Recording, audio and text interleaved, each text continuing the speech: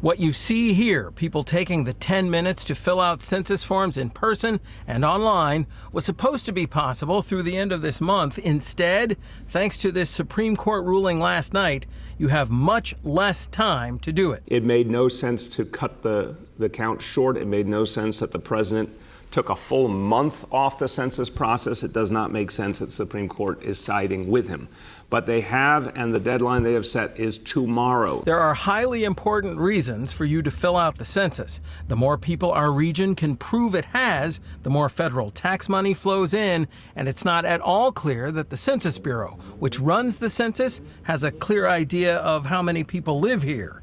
According to NYC Census 2020, which coordinates the census in the 5 boroughs, 61.5% of residents have been counted. But check this out. According to the Census Bureau, it's counted 99.9% of residents. The city's census chief told me that's just wrong. The door knockers are allowed, after they've tried to knock on someone's door and someone hasn't responded, they're legally allowed to speak to a neighbor or someone they might encounter in the building and say, do you know how many people live in that unit?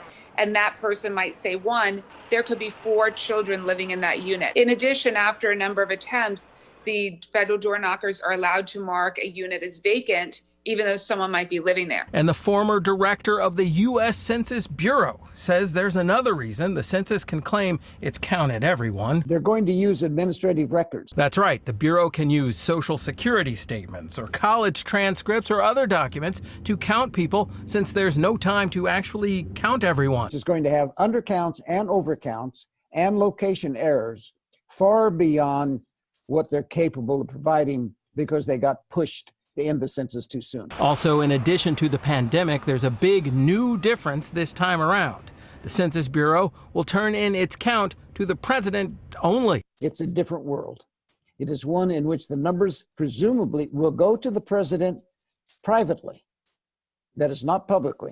He says it means the president could privately determine how the numbers are used for everything from how many congressional seats our region gets to how much federal funding we receive. Have President Trump making these decisions in December is really terrifying.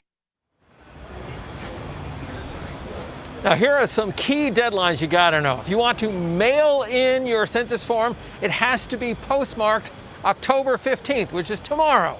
Or if you want to phone in your census information, that also has to be done before the end of the day tomorrow. But if you go online, you can fill out your census information online up till 6 a.m. October 16th, which is Friday.